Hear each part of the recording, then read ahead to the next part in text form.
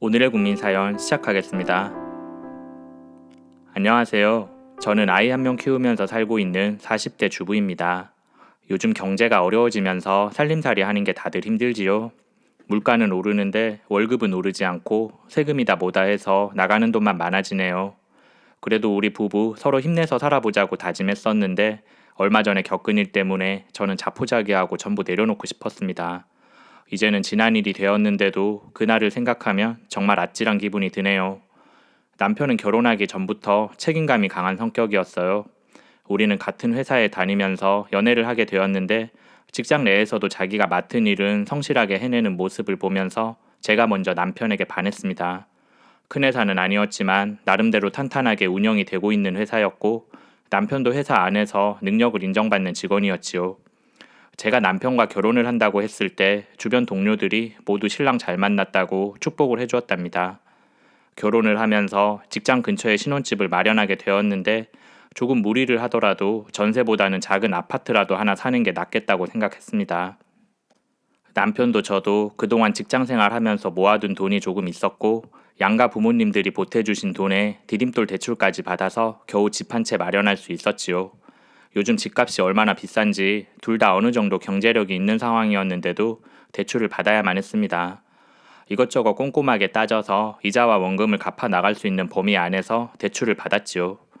비록 대출은 받았지만 남의 집이 아니라 내 집에서 신혼생활을 시작할 수 있어서 우리는 행복했습니다.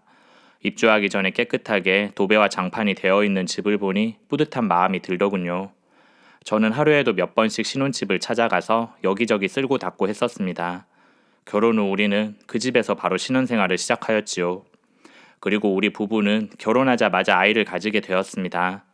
운이 좋게도 허니문 베이비로 태어난 아이는 어디 하나 아픈 데 없이 건강하게 자라 주었지요. 저는 아이가 태어나면서 다니던 직장을 그만두었습니다. 강요에 의해서 그런 건 아니었고 결혼 전부터 아이가 태어나면 내가 일을 그만두고 육아에 전념하기로 결정했었지요. 내가 한 푼이라도 더 버는 게 집안 살림에 도움은 되겠지만 어린아이를 다른 사람한테 맡기는 것이 저는 별로 내키지 않았습니다. 그리고 이래저래 계산을 해보니 아이를 맡기는 비용이 적지는 않아서 내가 벌어오는 돈은 고스란히 그쪽으로 다 나갈 것 같더군요. 그럴 바엔 내가 일을 그만두고 아이를 돌보는 것이 낫겠다는 생각을 했습니다. 당분간은 돈을 아껴 써야 하겠지만 남편 벌어오는 돈으로 대출금 갚고 살림하면서 그럭저럭 살아갈 수는 있겠더군요. 그리고 아이가 학교에 들어가면 그때 다시 일자리를 알아보기로 결정했습니다. 그렇게 우리는 큰 어려움 없이 행복한 결혼 생활을 누렸지요. 하루가 다르게 쑥쑥 커가는 아이를 보면서 보람도 느꼈고 가끔씩은 여행도 다니고 외식도 하면서 부부간의 사랑을 키워 나갔습니다. 이런 게 바로 사는 재미구나 싶었네요. 그리고 시간이 흘러 아이는 어느새 초등학교에 입학할 나이가 되었습니다. 그런데 언젠가부터 남편이 직장 생활이 힘들다며 하소연하는 모습을 종종 보이더군요. 요즘 회사 사정이 안 좋아서 다들 불안해하고 있어. 매출도 안 나오고 그러다 보니 분위기도 많이 안 좋아. 당신도 알지? 영업부의 정 부장님 지난주에 사직서 냈잖아. 말로는 명예퇴직이라고 하는데 한마디로 말해서 그냥 잘린 거야. 최근 남편이 다니는 회사가 안 좋은 이슈가 터져서 사정이 많이 힘들다고는 들었는데 그래서 그런지 남편도 많이 불안해하는 눈치였습니다. 그래도 당신은 아직 젊으니까 괜찮을 거야. 회사 사정도 시간이 지나면 괜찮아질 거고 탄탄한 회사니까 지금은 힘들어도 조금만 버티면 전부 잘 될 거라고 생각해. 그러니까 조금만 더 힘내봐. 그렇게 위로는 해주었지만 저도 한편으로는 불안한 마음이 들었지요. 그래서 안 그래도 우리 준석이 학교 들어가면 나도 슬슬 일자리 알아보려고 했어. 주변 아줌마들 보니까 그 시기쯤에 다들 일자리 찾고 하더라고. 그러니까 당신 혼자 너무 부담 가지지 않아도 돼. 라며 남편을 다독여 주었습니다. 얼마 후 아이가 초등학교에 입학을 했고 저는 약속대로 일자리를 찾아보았지요. 하지만 경력 단절 여성이다 보니 예전처럼 번듯한 회사에는 들어가지 못하겠더군요.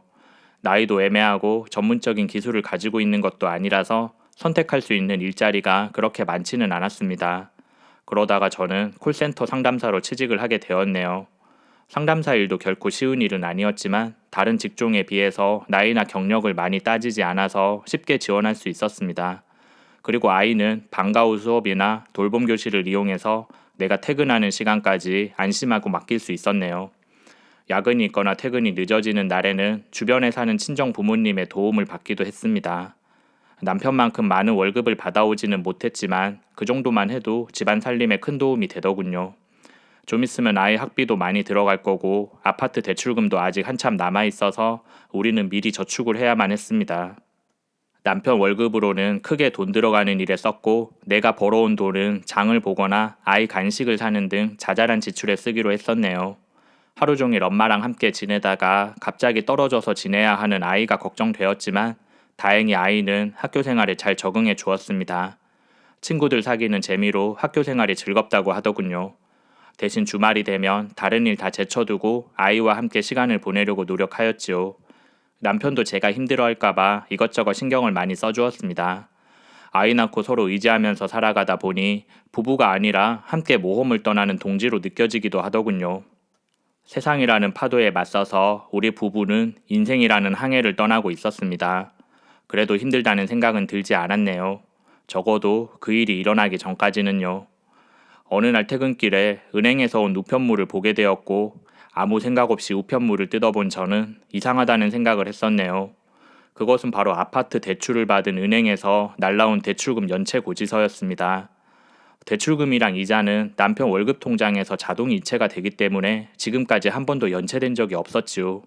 그런데 고지서를 보니 벌써 몇 달이나 연체가 되어 있었고 밀린 이자를 내지 않으면 아파트가 경매에 넘어갈 수도 있다는 말이 적혀 있었습니다.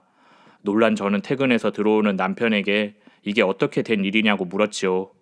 처음에는 머뭇거리면서 말을 하지 않던 남편이 계속된 질문에 결국 입을 열었습니다. 여보, 사실 그동안 말하지 못했던 게 있는데 차라리 잘 됐다. 나도 거짓말 하느라고 힘들었는데 이렇게 된 거 전부 말해줄게. 사실은 나 몇 달 전에 회사 그만뒀어. 당신이랑 준석이 생각해서 어떻게든 끝까지 버텨보려고 했는데 도저히 안 되겠더라고. 정 부장님처럼 나도 권고사직 당했어. 그 말에 저는 하늘이 무너지는 것 같았습니다. 그럼 그동안 왜 말 안 했어? 아침마다 출근한다며 나간 건 또 뭐고? 미안해 여보. 사실 회사 그만두고 나서 혼자 나름대로 여기저기 알아보고 다녔어. 지금까지 일해온 경력이 있으니까 다른 회사에 금방 취업이 될 줄 알았거든. 그런데 요즘 전반적으로 분위기가 안 좋아서 재취업이 잘 안 됐어. 그 말을 들으니 불안한 마음이 들어서 저는 나도 모르게 남편에게 짜증을 내버렸습니다. 그런 일이 있으면 진작에 나랑 상의를 했어야지. 혼자 숨기고 다닌다고 될 일이야 이게. 그러자 남편도 기분이 나빠졌는지 언성을 높이더군요. 내가 오죽하면 숨겼겠어. 나도 생각 없이 그런 거 아니야. 내가 알아서 할 테니까 당신은 더 이상 나한테 신경 쓰지 마.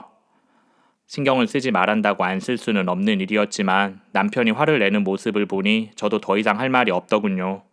그냥 알겠다고 하고 대화를 마무리했습니다. 그날 밤은 걱정이 되어서 잠도 잘 오지 않더군요.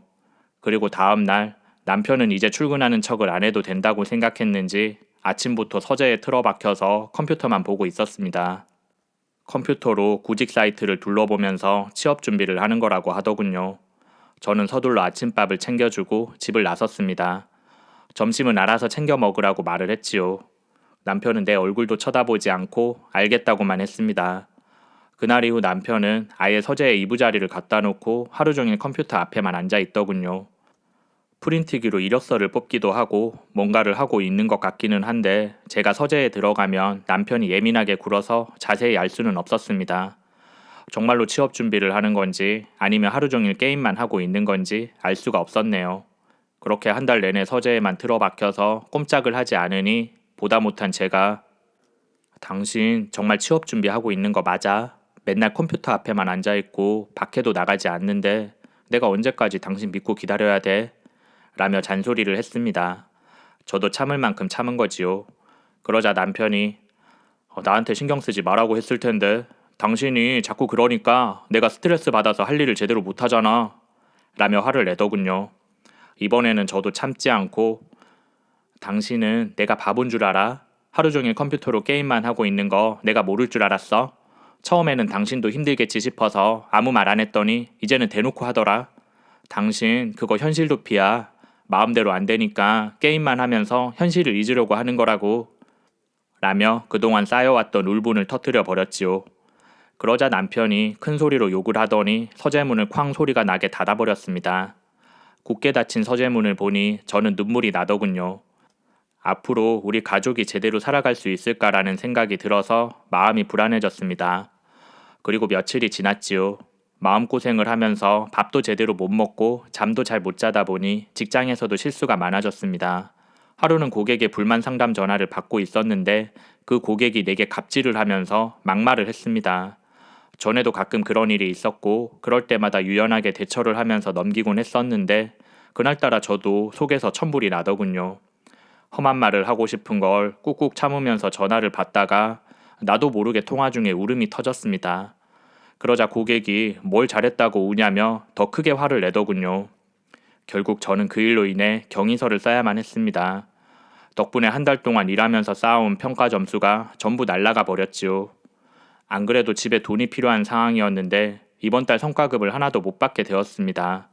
기본급만으로는 대출금은커녕 식비랑 아이 학교 다니면서 필요한 물건 사기에도 빠듯할 것 같았지요. 안 그래도 심란한 일이 많았는데 회사에서 그런 일까지 생기고 나니 온몸에 힘이 빠지고 우울한 기분이 들었습니다. 집에 돌아와서 옷도 갈아입지 못한 채로 침대에 누워만 있었지요. 남편은 그런 나를 슬쩍 보더니 저녁 안 줄 거야? 라고 하더군요. 그 말에 저는 속상한 마음이 들어 당신은 하루 종일 집에만 있으면서 지금 나한테 밥 차려 달라는 소리가 나와? 오늘 나 피곤하니까 짜장면이나 시켜 먹던지 알아서 해. 라고 했습니다. 내 말에 남편은 혼잣말로 궁시렁거리더니 또다시 문을 세게 닫고 서재로 들어가더군요. 그걸 보고 있자니 저도 답답한 마음이 들었습니다. 이제는 남편이 그런 행동을 해도 포기하게 되더군요. 그리고 그날 밤 씻지도 않은 채로 저는 잠이 들었습니다. 가끔 남편이 왔다 갔다 하는 소리가 들렸지만 너무 피곤해서 그런지 깨지도 않고 아침까지 침대에 누워만 있었네요. 그날 이후 저는 속이 상할 대로 상해서 집에 와도 남편과 대화를 하지 않고 제 할 일만 했습니다. 그런 내 속도 모르고 남편은 이제 밖으로 나돌기 시작하더군요. 말로는 밖에 나가서 직장을 알아보고 한다는데 아무리 봐도 그런 느낌은 아니더군요. 처음에는 집에서 게임만 하는 것보다는 낫겠지 싶었는데 점점 집에 들어오는 시간이 늦어지기만 하고 취업을 했다는 말은 없어서 저도 기대를 하지 않기로 했습니다. 가끔은 늦은 새벽에 술 냄새를 풍기면서 들어오기도 하더군요. 집에서는 제가 하도 잔소리를 하니까 밖으로 다니면서 술도 마시고 하면서 시간을 보내는 것 같았습니다. 저도 더 이상 싫은 소리 하고 싶지 않아서 신경도 쓰지 않았네요. 그랬더니 남편은 귀가 시간이 점점 늦어지다가 외박을 하고 들어오는 날도 많아졌습니다. 저는 날이 갈수록 그런 남편의 모습에 실망을 했었네요. 견디기가 힘들어서 이혼을 할까 생각도 했었는데 아이 때문에 그런 결심하기가 쉽지가 않더군요. 그러던 어느 날 주말에 밀린 빨래를 하고 있었는데 남편 오단에서 모텔에서 나눠주는 홍보용 라이터가 나오더군요. 저는 그걸 보고 억장이 무너지는 것 같았습니다. 혼자 술을 마시거나 PC방에 가서 시간을 보내는 줄 알았는데 모텔 라이터가 나온 걸 보니 배신감이 들더군요. 그동안 남편이 이상하게 행동을 한 이유가 다른 여자를 만나기 위해서였다고 생각을 하니 앞뒤가 맞아 떨어졌습니다. 더 이상 남편한테 실망할 것도 없다고 생각했었는데 그렇게 밑바닥을 보여주더군요. 그리고 남편은 그날도 역시 새벽 늦게 집에 들어왔습니다. 다음날 저는 남편을 넌지시 떠보기로 결심하고 요즘 어딜 그렇게 다녀? 라고 물어보았습니다.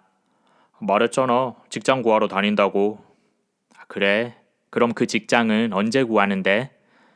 그러자 남편이 아무 말 하지 못하고 우물쭈물 하더군요. 평소라면 짜증을 냈을 텐데 남편도 평소와는 다른 분위기를 눈치챘는지 화를 내지 않더군요. 화를 냈다가 본인이 숨기고 싶은 이야기를 꺼낼까봐 노심초사하는 모습이었습니다. 어쩌면 모텔 라이터를 오단에 넣어둔 게 뒤늦게 생각났었는지도 모르겠네요. 지도 캥기는 게 있는지 더 이상 말을 하지 않고 입을 닫았습니다. 그런 모습을 보니 저는 더 답답한 마음이 들더군요. 이런 사람을 믿고 결혼 생활을 지속할 자신이 없었습니다. 그래서 저는 마음속으로 이혼을 결심하게 되었지요. 하지만 이혼을 하더라도 남편이 바람을 피우는 증거는 잡아야겠다고 생각을 했습니다. 며칠 후 저는 회사에 연차를 내고 외출하는 남편을 몰래 뒤따라가 보았지요. 도대체 뭘 하는지 그리고 누굴 만나고 다니는지 전부 알아내겠다고 다짐했습니다. 그런데 남편이 대낮부터 모텔로 들어가더군요. 며칠 전에 봤던 라이터에 적혀있던 이름에 바로 그 모텔이었습니다.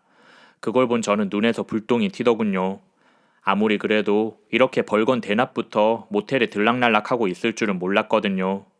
남편이 모텔로 들어간 걸 확인하고 저는 다짜고짜 모텔로 들어가서 조금 전에 들어간 손님이 몇 호실로 갔냐고 물었지요. 그러자 카운터에 있던 종업원이 손님 정보는 알려드릴 수가 없어요. 그런데 어떤 손님 말씀하시는 건가요? 라고 하더군요. 그래서 저는 조금 전에 파란색 잠바 입고 들어간 사람 있잖아요. 제가 그 인간 와이프 되는 사람입니다. 남편 불륜 현장 잡으러 왔어요. 뒷일은 내가 전부 책임질 테니 몇 호인지만 말해줘요. 라고 했습니다. 그러자 종업원이 파란색 잠바요? 아, 혹시 김종규 씨 말하는 건가요? 라고 하더군요. 저는 속으로 얼마나 자주 왔으면 모텔 종업원이 이름을 다 기억할까 싶어서 우라통이 치밀어 올랐습니다. 네, 맞아요. 내가 그 인간 와이프인데 남편이 여기 자주 오나 봐요. 자주 봤으면 알 거 아니에요. 그 인간 다른 여자랑 온 거 맞죠? 그러니까 몇 호실로 갔는지 빨리 알려줘요. 그러자 종업원이 매일 오는 사람이 맞기는 한데 아무래도 뭔가 오해가 있는 것 같습니다. 라고 하더군요. 그런데 그 순간 모텔 복도에서 여보, 당신이 여긴 어쩐 일이야? 라는 소리가 들렸습니다. 소리가 난 쪽을 돌아본 저는 그곳에 서 있는 남편의 모습을 보고 놀래서 아무 말도 할 수 없었네요. 남편은 손에 청소도구를 들고 있었고 옆에는 모텔 객실에 비치하는 물품이 들어있는 카트가 있었습니다. 남편도 저도 서로 당황해서 어쩔 줄 몰라 하고 있었지요. 그때 카운터에 있던 종업원이 아무래도 두 분이서 오해가 있는 것 같은데 나가서 제대로 설명해주고 오세요. 여기는 제가 정리할게요. 라고 하더군요. 그래서 남편과 저는 모텔 근처에 있는 커피숍에 가서 이야기를 나누었습니다. 남편은 아무 말 하지 않고 고개만 숙이고 있더군요. 그러다가 힘겹게 입을 열었습니다. 사실 나 얼마 전부터 모텔 청소일 시작했어. 청소일 끝나면 대리운전 일도 하고 그래서 집에 늦게 들어갔던 거야. 사실 처음에는 나도 그럴듯한 직장에 취업해야지 생각했었는데 그게 내 마음대로 안 되더라고. 내가 내 처지는 생각 못하고 눈만 높았던 것 같아. 끝까지 자존심을 버리지 못하겠더라고. 남편의 말에 저는 오해를 한 게 미안해서 아무 말도 하지 못했습니다. 그런 저를 보며 남편은 계속 말을 하더군요. 그래서 나도 짜증이 많이 났어. 당신도 나 무시하는 것 같아서 화도 나고 그랬지. 그런데 얼마 전에 자기가 자면서 잠꼬대를 하더라고. 전화 받는 목소리로 누군가에게 계속 죄송합니다. 제가 잘못했습니다. 라고 말하는데 그걸 듣고 내 마음이 찢어지는 것 같더라고. 그래서 자존심이고 뭐고 다 내려놓고 당장 돈을 벌어야겠다고 생각했지. 그래서 모텔 일 시작하게 된 거야. 저는 그 말을 듣고 눈물이 펑펑 나더군요. 울면서 남편에게 왜 내게 말을 하지 않았냐고 물었더니 안 그래도 힘든데 자기가 그 말 들으면 더 신경 쓸 것 같아서 말하지 못했어. 그리고 솔직히 좀 창피하기도 했고 라고 하더군요. 저는 더 이상 말을 하지 못하고 하염없이 울기만 했습니다. 그리고 그날 우리는 손을 맞잡고 아무리 힘든 일이 있어도 함께 극복하자고 약속을 했었지요. 남편의 손은 그 사이 많이 거칠어져 있었습니다.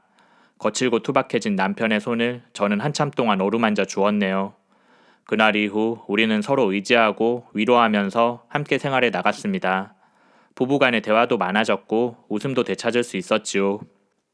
남편이 애써준 덕분에 대출금이랑 생활비도 걱정할 필요가 없었네요. 그리고 얼마 후 남편은 새로운 직장에서 일을 하게 되었습니다. 전에 다니던 직장에서 알게 된 거래처 사장님이 남편의 사정을 알고 일자리를 제안해 주었지요. 경력직으로 인정이 되어서 연봉도 넉넉하게 받을 수 있었습니다. 새로 다니게 될 직장에 첫 출근하던 날 양복 입은 남편의 얼굴을 바라보면서 화이팅이라고 말해 주었습니다. 남편도 그런 날을 보면서 당신도 화이팅이라고 대답해 주더군요. 저는 무엇보다도 남편이 다시 웃음을 되찾아서 다행이라는 생각이 들었습니다. 앞으로도 우리 부부가 사는 동안 수많은 일들이 일어나겠지요. 그래도 서로 사랑하는 마음이 있으니 어떻게든 헤쳐나갈 수 있을 것 같습니다. 사연 이야기는 여기서 마무리를 할게요. 감사합니다.